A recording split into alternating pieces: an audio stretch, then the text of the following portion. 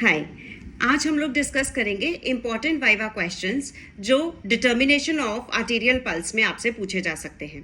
Determination of arterial pulse बहुत important experiment है MBBS, BPT, BTS and allied courses के लिए और कॉमनली आपको आपके एग्जामिनेशंस में ये पूछा जाता है। सो इसका वाइवा में क्या क्या क्वेश्चंस इंपॉर्टेंट है आज हम उनको डिस्कस करेंगे। सबसे पहले आपसे जो क्वेश्चन पूछा जाता है वो पूछा जाएगा कि पल्स होती क्या है, what is pulse. So pulse is expansion and recoil of the arterial wall because of events which are taking place in the heart. Arterial wall की एक्सपेंशन एंड रिकॉयल से जो बीट्स आ रही हैं हमारी आर्टरीज में उनको हम पल्स बोलते हैं। दूसरा क्वेश्चन आपसे पूछा जाता है कि आप पल्स कहाँ देखेंगे, कौन सी पल्स आप देखेंगे। तो हम लोग रेडियल पल्स देखेंगे।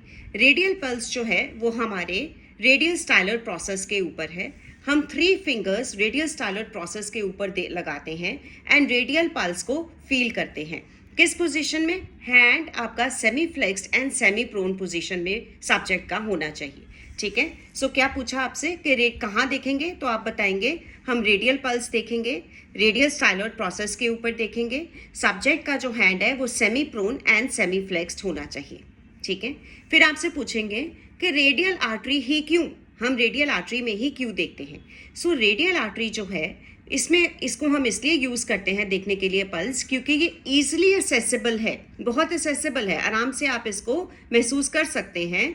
ये अप्रोचेबल है, कंफर्टेबल है पेशेंट के लिए भी एंड डॉक्टर के लिए भी। डॉक्टर आराम से right side of the patient पे खड़ा होके उसको एक्सप्लेन कर सकता है कि मैं आपकी पल्स देखना चाह रहा हूँ।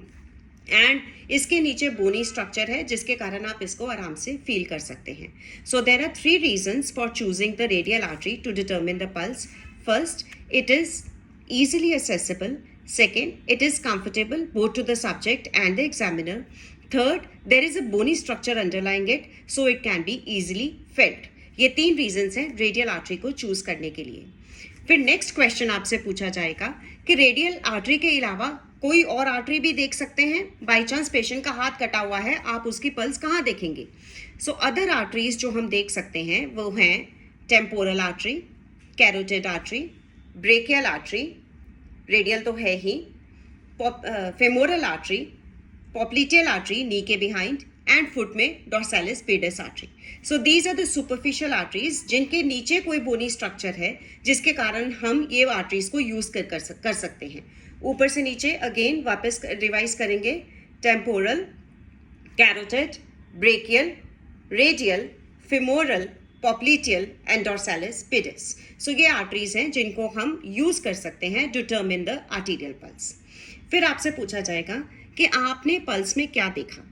सबसे पहली चीज जो हमने देखी वो है रेट ऑफ द पल्स, कि 1 मिनट में कितनी बीट्स हमें पल्स की फील हो रही हैं। तो 1 मिनट में ही देखना है, इसको 15 सेकेंड या 30 सेकेंड में देख के आगे मल्टीप्लाई नहीं करना है। You have to calculate the pulse for whole 1 minute. ठीक है। तो रेट ऑफ द पल्स जो है वो नॉर्मल पूछा जाएगा। नॉर्मल रेट कितना होता है? 72 to 78 बीट्स पर मिनट।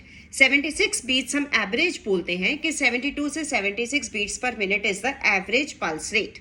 फिर पूछा जाएगा कि अगर पल्स रेट कम हो जाए तो उसको क्या बोलते हैं? उसको बोलते हैं ब्रेडिकार्डिया। अगर पल्स रेट बढ़ जाए तो उसे क्या बोलते हैं? उसे बोलते हैं टेकीकार्डिया।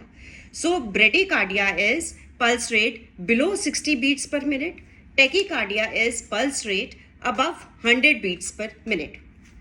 इनके रीजंस आपसे पूछे जा सकते हैं कि टेकीकार्डिया के रीजन बताओ। Tachycardia is increase in pulse rate above 100 beats per minute. इसके जो फिजियोलॉजिकल कॉज है वो है exercise and anxiety and stress. अगर आप एक्सरसाइज करेंगे या आप एंशियस होंगे तो ये बढ़ जाएगा। पैथोलॉजिकल कॉजेस हैं fever and thyrotoxicosis, thyroid hormone increase हो जाना या बुखार हो जाना, तो उसमें आपका पल्स रेट बढ़ जाता है। ये तो हो गए टेकीकार्डिया के रीजंस। फिर bradycardia, bradycardia is decrease in pulse rate less than 60 beats per minute. तो नॉर्मल फिजियोलॉजिकली ये एथलीट्स में ब्रेडिकार्डिया होता है क्योंकि उनमें वेगल टोन होती है, तो उनकी जो हार्ट रेट है वो 55 से 60 बीट्स पर मिनट पे ही चलता है, तो इतनी ही उनकी पल्स रेट आती है। दिस इज ब्रेडिकार्डिया का physiological reason. Sleep, meditation, athletes. ठीक है। एंड अगर आपको पूछा जाए कि पैथोलॉजिकल कॉज क्या है ब्रेडिकार्डिया का, so it is hypothyroidism, thyroid का लेवल कम हो जाना, एंड हार्ट ब्लॉक्स, इसमें आपका जो पल्स रेट है वो कम हो जाता है। So these are the causes of bradycardia. So first जो चीज हमने पल्स में करी वो है rate of the pulse. Normal 72 से 76 beats per minute, bradycardia less than 60, tachycardia more than 100। Second चीज जो पल्स में हम देखते हैं वो है रिदम। रिदम का मतलब क्या है कि बीट कितने, जो पल्स है वो कितने रेगुलर इंटरवल्स पे आ रही है, ठीक है। So rhythm should be regular. Regular का मतलब क्या है कि एक जैसे इंटरवल्स पे ही आ रही है। ऐसा नहीं हो रहा कि एक बीट हमें महसूस हो रही है, फिर 2 नहीं महसूस हो रही, फिर 3 एक साथ आ रही हैं। अगर इस तरीके से रिदम इरेगुलर हो तो इसको बोला जाता है एरिथमियास। लेकिन इसमें एक क्वेश्चन आपसे पूछा जा सकता है कि साइनस एरिथमिया क्या होता है। सो साइनस एरिथमिया जो है वो नॉर्मल वेरिएशन है पल्स की विद द रेस्पिरेशन। जब हम डीप इंस्पायर करते हैं या इंस्पिरेशन में जो हमारी पल्स है वो इंक्रीज कर जाती है, एक्सपिरेशन में पल्स थोड़ी सी कम हो जाती है। सो ये नॉर्मल है। Normal variation of the pulse along with the respiration is known as sinus arrhythmia. अब normal variation in rhythm is known as arrhythmia, लेकिन साइनस एरिथमिया जो है उसको नॉर्मल कंसिडर किया जाता है क्योंकि वो रेस्पिरेशन के कारण चेंज आ रही है। Increase during inspiration, decrease during expiration. So second चीज जो हमने डिस्कस कर ली वो हो गया रिदम। अब थर्ड चीज हम डिस्कस करेंगे वो है वॉल्यूम। वॉल्यूम का मतलब क्या है कि जब हमने 3 फिंगर्स अपनी प्लेस की हुई है रेडियल आर्टरी पे, तो हमें कितना वॉल्यूम उसका फील हो रहा है पल्स का, किस वॉल्यूम से वो हमारी फिंगर्स के ऊपर आ रहा है, ठीक है, किस फोर्स से आ रहा है। तो वॉल्यूम जो है ये एक्सपीरियंस से आता है। लेकिन अगर आपका जैसे आपको हार्ट ब्लॉक्स हो रहे हैं या आपको शॉक में है या डिहाइड्रेशन में है पेशेंट, तो वॉल्यूम ऑफ द पल्स जो होगा वो कम होगा। और अगर फीवर है, थायरोटॉक्सिकोसिस है, तो हाई बाउंडिंग, ज्यादा वॉल्यूम वाली पल्स हमको फील होगी। So third was a volume of the pulse.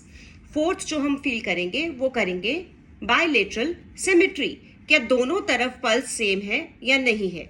तो दोनों तरफ की रेडियल आर्टरी जो है, हम पेशेंट की दोनों रेडियल आर्टरीज फील करेंगे at the same time. Beats synchronize होनी चाहिए, सेम होनी चाहिए। अगर सेम नहीं है तो there is some kind of a medical condition like coarctation of the aorta. So there should be bilateral symmetry. उसके बाद रेडियो फिमोरल डिले, कि रेडियस और फिमोरल में आर्टरी में कोई डिले तो नहीं है, ये नहीं होना चाहिए। अगेन अगर डिले है तो ये कोई क्वैक्टेशन ऑफ द आयोटा या कोई ना कोई एओर्टिक एन्यूरिज्म या कोई इस तरीके की प्रॉब्लम पेशेंट को हो सकती है, तभी ये डिले होगा। Otherwise for practical purposes we will say there is no radio femoral delay. Last is condition of the vessel wall. इसके लिए हम 3 फिंगर्स का यूज कर रहे हैं। 3 फिंगर से हम क्या करते हैं, अपनी जो इंडेक्स और रिंग फिंगर है उससे हम वेसल को एम्प्टी करते हैं एंड देन बीच वाली फिंगर से हम फील करते हैं कि क्या हमें रेडियल आर्टरी फील हो रही है या नहीं हो रही। अब यंग पेशेंट्स में जो आर्टरी होती हैं वो इलास्टिक होती हैं तो वो फील नहीं होती, लेकिन as the age advances atherosclerosis के कारण आर्टरी जो है वो रिजिड हो जाती है, आर्टरी की वॉल, और हम उसको रोप लाइक स्ट्रक्चर हमें फील होगा। So condition of the vessel wall के लिए we are going to empty the artery and then we are going to feel it. If we cannot feel it, the artery is elastic. If we are feeling it, there is atherosclerosis and the patient would definitely be on the older elderly side. ठीक है, so these are the things which we are feeling. कौन कौन सी? Rate, rhythm, condition of the vessel wall, volume, bilateral symmetry, radiofemoral delay. आपसे पूछा जाता है कि क्या आप करेक्टर ऑफ द पल्स को डिटर्मिन कर सकते हैं? नो, हम फील करके करेक्टर ऑफ द पल्स को डिटर्मिन नहीं कर सकते। प्लेथिस्मोग्राफी या इलेक्ट्रॉनिक डिवाइसेस के साथ ही हम उसके वेव्स को देख सकते हैं पल्स की, हम लोग उनको ऐसे फील नहीं कर सकते। ठीक है, so these are the things which you are going to tell कि ये चीज़ें मैंने 1 मिनट में देखी जब मैंने पल्स को फील किया। फिर आपसे ये पूछा जाएगा कि आपने 1 मिनट तक जब देखा पेशेंट को तो क्या आपने पेशेंट से परमिशन ली? तो यस, कभी भी आप पल्स डिटर्मिनेशन या कोई भी एग्जामिनेशन आप करेंगे पेशेंट का, तो उससे पहले आप उसको एक्सप्लेन करेंगे कि मैं क्या करने जा रहा हूं, एंड आप उससे परमिशन लेंगे. So this is an important step when ever you are doing any examination. This is all the Viva questions which are being asked commonly in pulse examination.